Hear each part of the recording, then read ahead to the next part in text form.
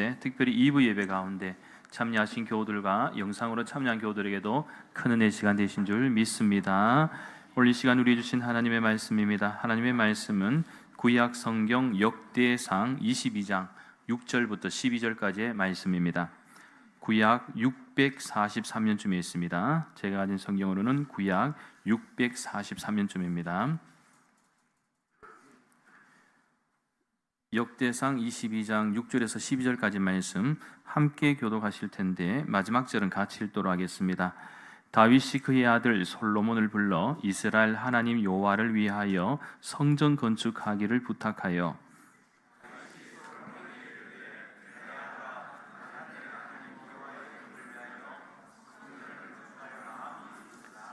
여호와의 말씀이 내게 임하여 이르시되 너는 피를 심히 많이 흘렸고 크게 전쟁하였느니라. 내가 내 앞에서 땅에 피를 많이 흘렸은즉 내 이름을 위하여 성전을 건축하지 못하리라.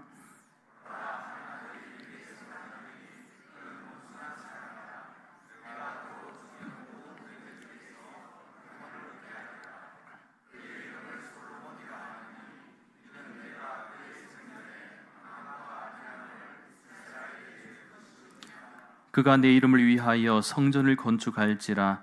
그는 내 아들이 되고 나는 그의 아버지가 되어 그 나라 왕위를 이스라엘 위에 굳게 세워 영원까지 이르게 하리라 하셨나니,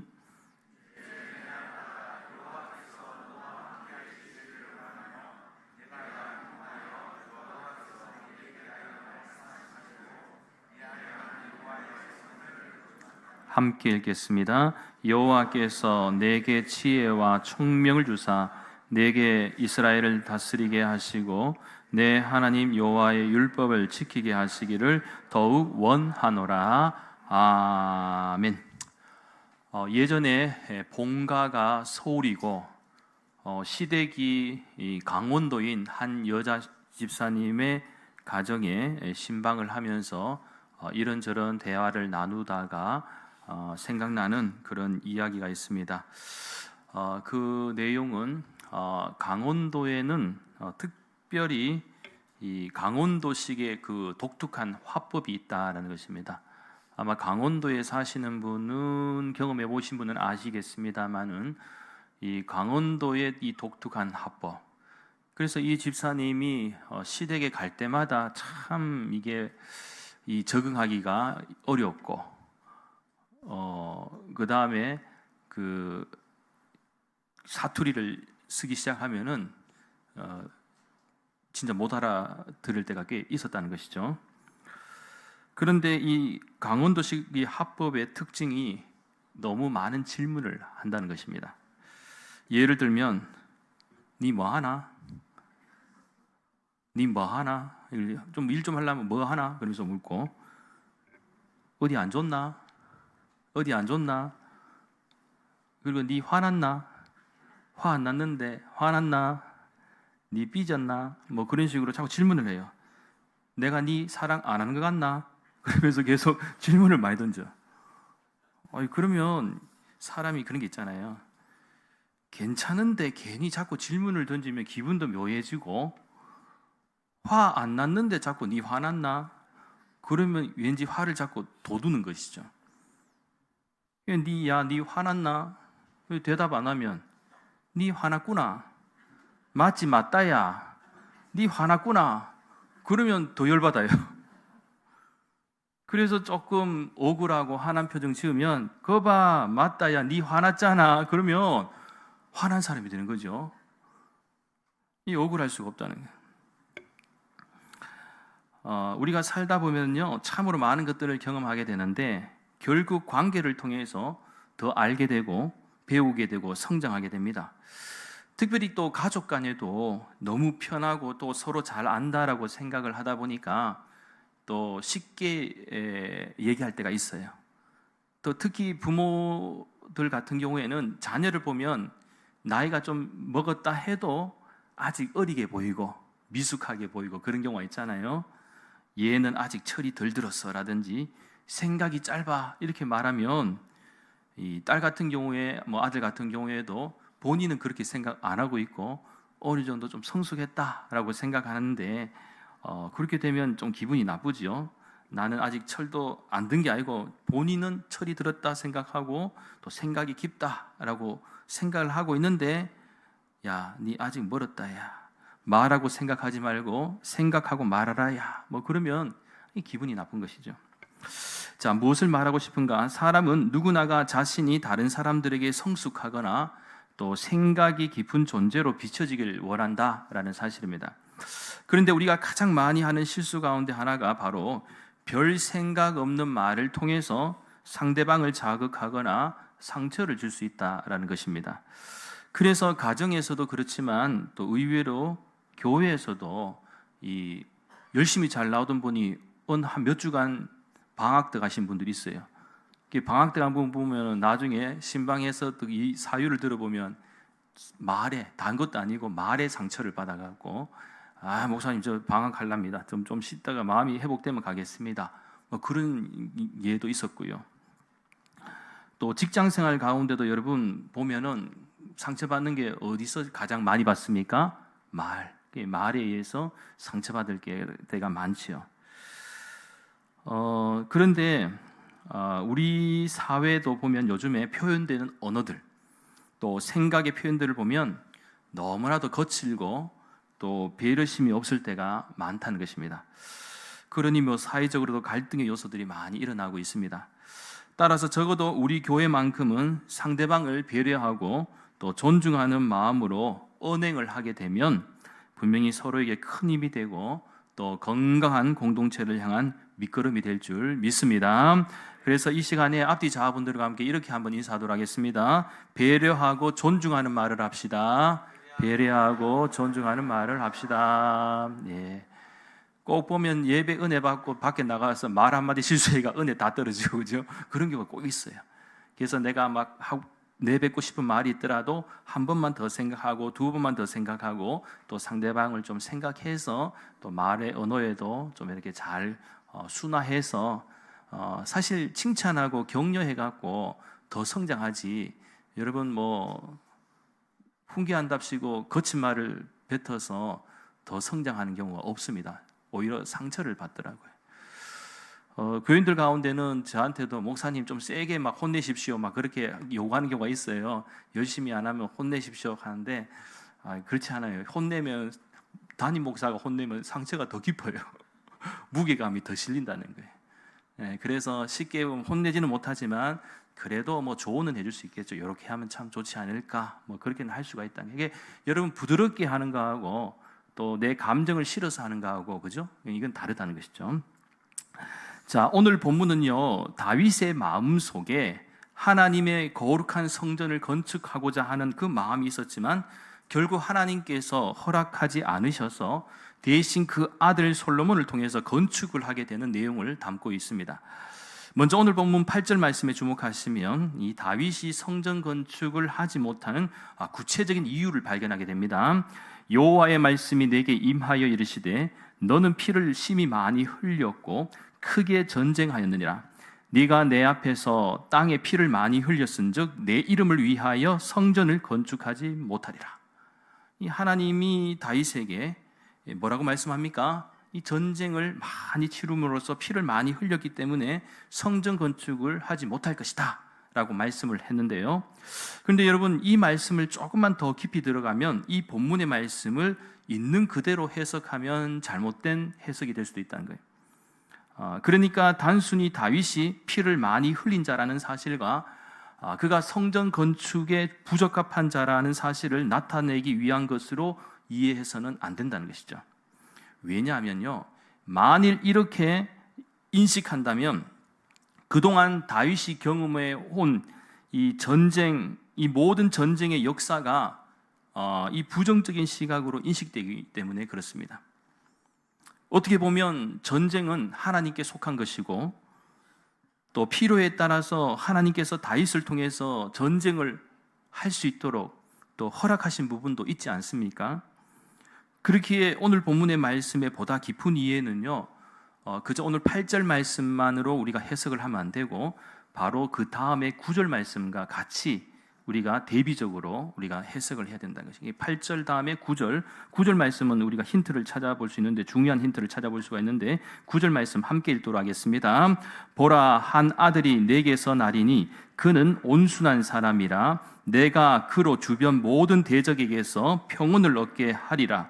그의 이름을 솔로몬이라 하리니 이는 내가 그의 생전에 평안과 안일함을 이스라엘에게 줄 것임이니라. 아멘. 즉 이 성전 건축에 대한 하나님의 진정한 목적과 의미는 이 다윗의 역할과 그의 아들 솔로몬의 역할이 다르다라는 사실을 강조하는 대목입니다. 다윗은 어쩔 수 없이 그 시대의 그 정황과 상황에 따라서 여러분 전쟁을 할 수밖에 없었던 인물이지 않습니까? 예를 들면 우리나라 같은 경우에도 6.25 전쟁 그죠? 경험했지 않습니까? 6.25 전쟁이 일어났을 때 여러분 가만히 있어야 합니까? 어떻습니까? 가만히 있는 것이 맞습니까? 아니죠. 가만히 있으면 여러분 공산화가 되는데 가만히 있으면 안 된다는 것이잖아요. 전쟁을 해야 되죠. 뭐 이와 같은 논리죠. 다윗도요, 전쟁을 하지 않는다라는 것은 곧 죽음을 의미하는 것이기도 하고 이방신과 이방 나라에게 지는 것을 의미했다는 거예요.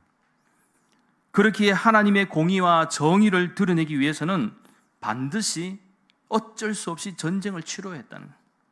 이 다윗이 피를 흘릴 수밖에 없는 것이죠. 그런데 이제 솔로몬은 다릅니다.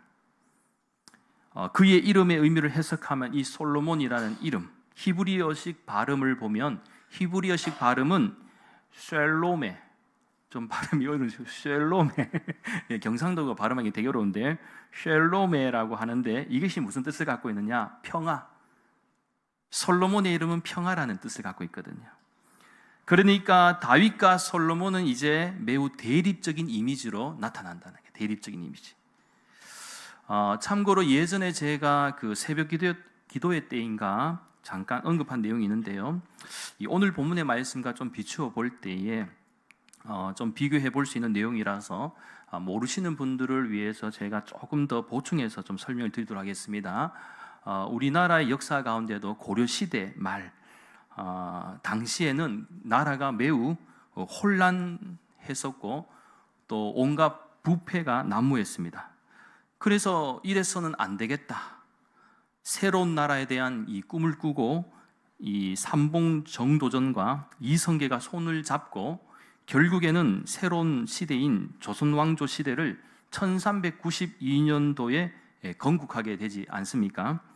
그리고 새로운 왕조를 세워가는 그 과정 가운데 뜻이 맞지 않는 사람들은 다 죽었습니다. 예를 들면 우리가 잘 알고 있는 이 최영 장군은 진짜 이 장수 중에 장수고 명장입니다. 힘도 엄청 센데 아무튼 이 최영 장군도 죽게 되고 포운 이 정몽주 그죠? 유명하잖아요. 이 몸이 죽고 뭐 그 시 있지 않습니까? 지은 분. 그런데 이분도 죽고 또 나중에는 이성계의 5번째 아들인 이방원이 이 개국의 그 새로운 왕국에 대해서 디자인을 한 정도전까지도 이제 제거를 하게 되죠.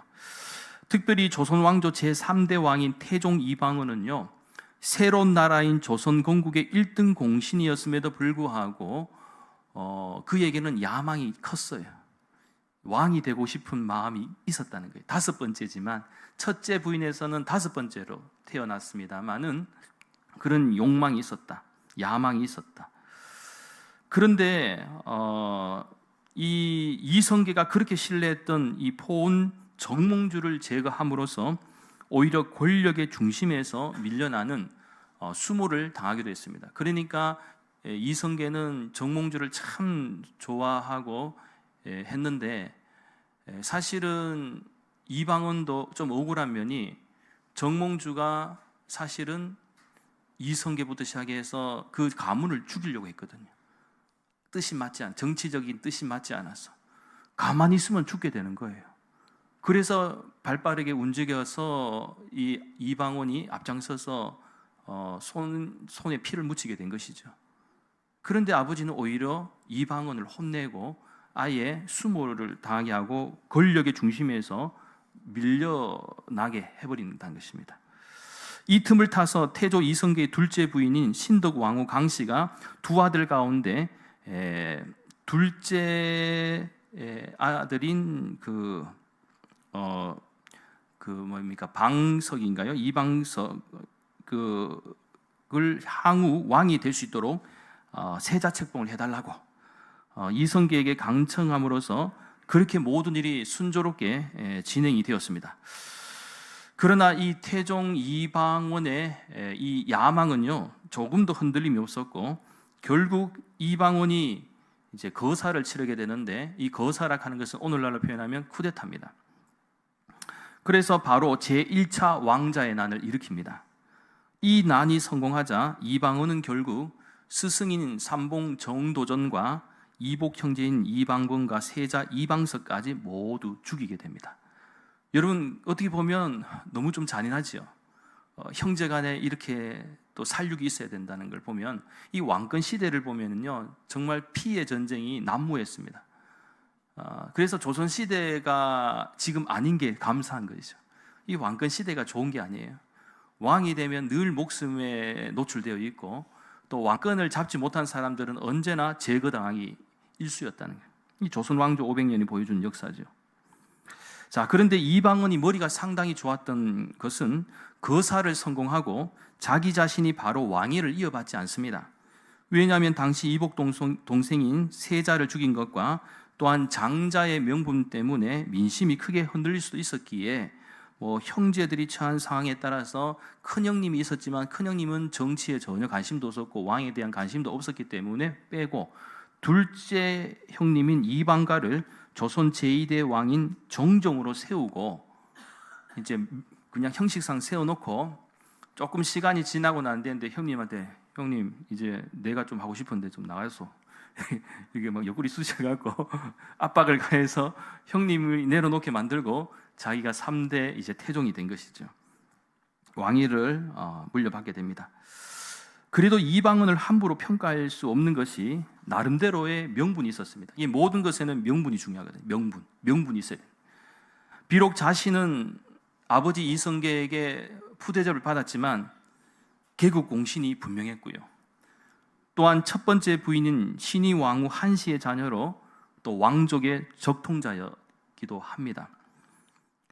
그래서 어쨌든 자기에게 이게 쉽게 오지 않으니까 결국은 이 쿠데타를 통해서 거사를 통해서 왕이 됩니다만은 이 왕이 된 태종 이방원은 엄청난 개혁과 또 무과 출신 집안이었지만 이 유일한 집안의 과거 급제자입니다. 문과 출신이 이방원입니다.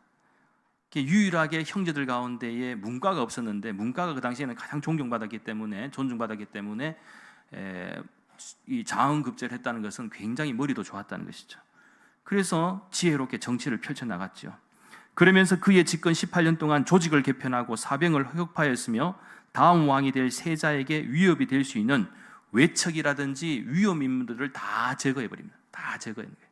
조금 위험하다 싶으면 좀 힘 가졌다 싶으면 조져버렸어요. 그냥 가가 조져버리고 바람과 함께 사라지게 만들어요. 한마디로 손에 피를 많이 묻혔다는 거예요.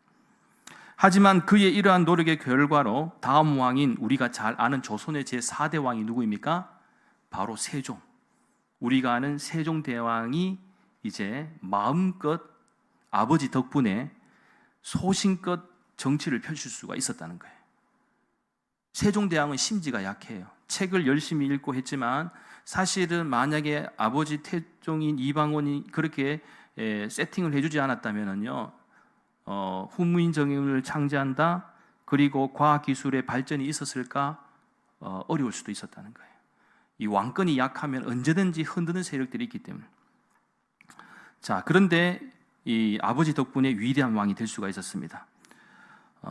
그렇게 세종이 뜻을 펼칠 수 있었던 것은 이런 환경을 이 이방원 아버지 태종이 만들어 주었다는. 그런 면에서 현재 우리 대한민국도 생각해 보면 어떻습니까? 일제강점기와 6.25 전쟁 이 시대를 다 경험했습니다만 지금 우리나라가 이렇게 잘 살고 있는 게 누구 덕분입니까? 그래도 일제강점기 때에 6.25 전쟁 때의 조국을 위해서 희생하고 헌신한 분들의 수고와 헌신이 있었기 때문에 지금 우리가 잘 사는 거예요. 그렇지 않습니까? 자, 마찬가지로 지금 다윗도 이 성전 건축이라는 엄청난 일을 비록 자신이 하지 못하지만 그 아들 솔로몬을 위해서 대신 뭘 해줍니까? 건축 준비를 해주는 거예요. 세팅을 해주는 것이죠. 따라서 이 다윗 시대는 하나님의 백성들에게 안식과 평안을 정착시킨 시대였고, 이 일을 위해서 많은 전쟁이 불가피한 시기였다면, 이제 솔로몬 시대는 어떤 시대냐? 평화의 시대. 그래서 성전 건축을 할 수 있다는 것이죠. 그렇기에 다윗에게 주어진 사명과 솔로몬에게 주어진 사명이 다르다는 것입니다. 그런데 오늘 본문에서 우리는 단순히 성전 건축하는 것이 위대한 신앙의 유산을 계승한다라고 이해하지는 마십시오. 왜냐하면 오늘 본문에서도 역시 더 중요한 것을 하나님은 말씀하고 있고 강조하고 있기 때문입니다. 물론 성전 건축 자체도 너무 귀하고 복된 것은 맞습니다만 오늘 본문 12절 말씀이 사실은 더 중요한 말씀입니다. 12절 말씀을 한번 보시겠습니다. 12절 말씀, 여호와께서 내게 지혜와 총명을 주사 내게 이스라엘을 다스리게 하시고 내 하나님 여호와의 율법을 지키게 하시기를 더욱 원하노라. 바로 하나님의 자녀인 솔로몬이 하나님이 주시는 지혜와 총명으로 이스라엘을 잘 다스리고 무엇보다 하나님의 말씀을 잘 지키면서 사는 것이 중요하다라는 사실을 우리들에게 잘 가르쳐 주고 있는 대목이라는 것이죠. 지금 앞에 히트가 좀 틀어져 있는 것이죠. 예, 앞에만 좀 꺼주시겠습니다. 제 얼굴이 지금 화면 보니까 엄청 달아 있습니다. 벌겋게 지금 달아 있는데 사실 오늘 날씨가 추워서 끄지 말까 이렇게 생각하고 있습니다만 앞에만 조금 꺼주시면 좋겠습니다. 너무 더워요. 예, 뜨겁고 예 그렇습니다. 예 부탁드리겠습니다. 오늘 살아가는 우리 믿는 성도들도 자녀들에게 무엇을 하는 것이 좋고 또한 어떻게 해야 하는지를 좀 늘 고민하고 생각해야 되는데 아마 여러분 부모라면 자녀들에게 많은 것을 물려주고 싶지요. 아마 싶을 겁니다. 그런데 그리스도인들은요 단순하게 돈이나 집과 같은 눈에 보이는 것들만 물려줘서는 안 된다는 것이죠. 뭐 재물을 물려준다는 것이 그냥 보태냐 그것만으로는 택도 없다는 거예요. 그것보다 더 중요한 것이 있습니다. 그것은 바로 오늘 본문의 다윗처럼 훌륭한 신앙의 유산을 이어줘야 한다는 것인데 특별히 우리의 자녀 세대이자 다음 세대가 더 훌륭히 잘 감당할 수 있도록 신앙의 정신을 남겨두되 그들이 하나님 보시기에 복되고 영광스러운 세대가 될 수 있도록 기초와 본질에 충실하도록 방향을 잘 잡아줘야 된다. 여러분 그 스포츠도 그렇고 공부도 그렇고 모든 게 기초가 안 돼 있으면 여러분 잘할 수가 없거든요. 그런데 우리의 자녀들에게는 기초와 본질에 대해서 잘 해줘야 되는데 그러면 그것이 뭐냐? 무엇을 물려줄 것인가? 라는 질문을 던질 수가 있고 간단하게 세 가지 관점에서 말씀을 좀 언급해 드린다면 첫째는요 예배 중심입니다. 또 하나님 중심의 신앙을 물려줘야 된다는 것이죠. 아버지가 위대한 신앙을 가지고 있다고 해서 자녀가 위대한 신앙을 가지는 게 아니라는 것입니다. 오히려 반대의 경우도 있죠. 예를 들면 우리가 잘 알고 있는 바와 같이 사사시대 때를 좀 생각해 보면 출애굽과 광야시대 그리고 광야를 지나서 가나안 정착 초기까지는 그래도 이스라엘 백성들이 여호와 중심의 신앙으로 믿음의 세대답게 잘 해 나갔습니다. 하지만 어느 순간 이방 문화에 동화되고 뒤섞이면서 그들은 하나님을 알지 못하고 또 타락과 불순종, 패망의 세대인 다른 세대가 되어버렸다는 거예요. 또한 사무엘의 아들들도 아버지의 신앙을 아버지만큼 잘 이어받지 못했고 엘리 제사장 같은 경우도 아들들에게 믿음의 유산을 잘 이어가는데 실패했으며 히스기야 같은 경우에도 참 훌륭한 그죠? 생명 15년을 연장받은 그런 왕이고 하나님 중심의 신앙을 가지고 있었습니다마는 그 아들 므낫세 같은 경우는 하나님 보시기에 참으로 악한 왕이 되었다. 그렇게 우리가 늘 조심해야 하는 부분은 단순히 세상적인 가치와 기준에서 성공하는 삶이 복받은 삶이라고 생각해서는 안 된다는 것이죠. 만일 하나님을 잘 믿고 섬기는 신앙을 이어주지 않으면 보이는 재산도 권력도요, 하나님이 허락하시지 않으면 언젠가는 다 물거품과도 같다는 거예요.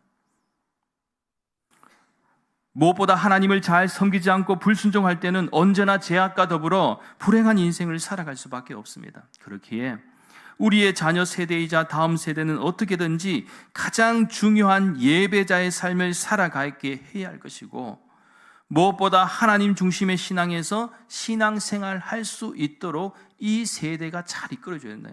그래서 우리가 교회에서도 그렇게 교육을 하고 양육하고, 또 가정에서도 부모님이 그렇게 모범적으로 보여줘야 된다는 것을 강조하고 있는 이유이지 않습니까? 따라서 예배에 실패하면 믿음에도 실패하고 하나님을 떠난 인생이 될 수밖에 없다는 사실을 꼭 기억하시기 바랍니다. 둘째는 세상이 아무리 변하여도 하나님의 말씀을 떠나서는 안 됩니다. 세상이 아무리 변하여도 하나님의 말씀은 영원하십니다. 할렐루야. 이 부분은 제 얘기가 아니고 구약성경 이사야 40장 8절 말씀에서 발견할 수 있습니다. 푸른 마르고 꽃은 시드나 우리 하나님의 말씀은 영원히 서리라. 하나님의 말씀은 영원하다는 거예요. 그렇기에 하나님의 말씀을 떠난 인생은 방자한 인생이 될 수밖에 없습니다. 여기서 방자하다는 것은 하나님의 말씀대로 살지 않고 내 마음대로 교만하게 사는 인생을 의미합니다. 결국 방자하게 사는 인생은 이 세상에서 내 마음대로 자유롭게 사는 것 같지만 그 마지막은 죄악과 불순종뿐이다. 그리고 그 길은 스스로 멸망의 길을 걸어가는 것과도 같습니다. 그리고 우리가 살아가는 세상은 우리의 생명과 영혼을 책임지지 않습니다. 오직 영원한 진리의 말씀인 하나님의 말씀만이 우리를 살리시고 영원한 생명으로 인도하심을 꼭 믿으시기 바랍니다. 따라서 여러분, 하나님의 말씀을 사모하십시오.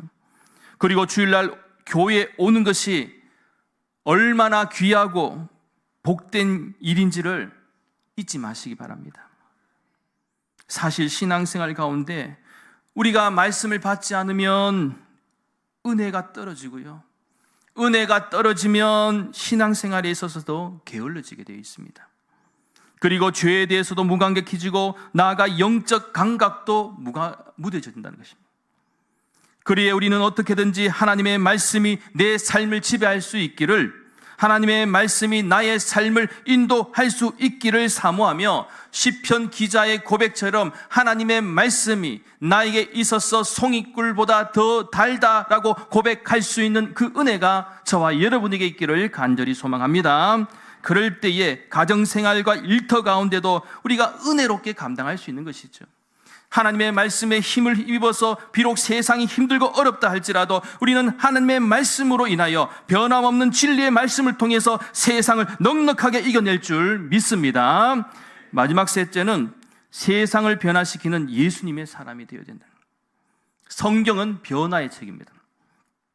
지식이 부족한 사람들, 실수 많은 사람들, 연약한 사람들, 죄인과 같은 사람들이었지만 예수님을 진정으로 만난 사람들은 철저하게 나는 죽고 예수님이 사시는 것을 경험한 사람들이었습니다. 그래서 성경은 능력과 역사가 철저하게 내게 있는 것이 아니고 예수님께 있다는 것을 강조하고 있고, 예수님이 우리와 함께 하실 때 세상을 변화시킬 수 있다는 것을 말씀하고 있습니다. 무엇보다 예수님께서 이 세상에 계실 때 보여주신 것이 무엇입니까? 가난한 사람들과 함께 하셨고 지극히 연약하고 불쌍하고 소외된 사람들과 함께 하셨습니다. 또한 하나님의 나라를 선포하시고 죄인들이 회개할 때에 구원의 길을 갈 수 있도록 길을 열어주시고 귀신과 질병에 걸린 사람들이 참된 자유함을, 치유함을 받을 수 있도록 놀라운 은혜와 역사를 베풀어 주셨습니다. 그래서 예수님을 따르고 예수님을 제대로 믿은 사람들은요, 그 말씀에 순종해서 그냥 가만히 있지 않고 세상을 향해서 나아갔습니다. 그리고 그 세상 속에서 그것이 나의 일터와 그 어디이든 간에 그것을 하나님의 나라로 변화시키고 바꾸었던 믿음의 사람들이 되었다는 것이죠. 따라서 우리가 예수님의 사람이 되기 위해서는 우리 세대를 넘어 우리의 자녀 세대, 다음 세대 가운데도 예수님이 누구이신지를 분명히 기억할 수 있어야 되고 고백할 수 있으며, 특별히 우리 믿는 현 세대들은 우리의 자녀 세대, 이 다음 세대를 위해서도 기도해야 할 줄 믿습니다. 하나님, 우리의 자녀들에게 다윗과 솔로몬처럼 훌륭한 믿음과 신앙의 유산을 잘 이어가게 하여 주시옵소서. 늘 우리의 삶이 세상의 그 어떤 가치와 논리보다도 하나님을 잘 믿고 순종하는 바른 믿음과 삶이 되게 하여 주시옵소서. 그래서 하나님을 전적으로 사랑하는 믿음을 통해서 우리의 자녀들이 복을 받게 하여 주시옵소서. 바라옵기는 이러한 은혜와 축복이 우리 대구 난강교회 모든 믿음의 가정들에게 있기를 예수님의 이름으로 간절히 축원합니다. 기도드리겠습니다. 거룩하신 하나님, 하루하루 이 세상을 살아갈 때에 세상을 우리 마음대로 살지 않게 해주시고, 나 자신뿐만 아니라 우리의 자녀 세대 가운데, 다음 세대 가운데도 바른 믿음과 순종의 삶을 잘 이어가게 하여 주시옵소서. 무엇보다 예배 중심, 하나님 중심의 신앙을 이어가게 하여 주시고, 세상이 아무리 변하여도 하나님의 말씀을 떠나지 않게 하시며, 나아가 세상을 변화시키는 예수님의 사람이 되게 하여 주시옵소서. 그래서 단순히 세상의 가치와 논리에 의지하여 따르는 삶이 아니라 믿음의 가치가 그 어떤 것보다도 소중하다는 사실을 기억하면서 다윗과 솔로몬처럼 훌륭한 신앙의 유산을 잘 이어갈 수 있는 복된 우리 대구 난강교회와 모든 믿음의 권속들, 가정들 될 수 있도록 역사하여 주시옵소서. 감사를 드리며 모든 말씀 거룩하신 예수님의 이름으로 간절히 기도하옵나이다. 아멘.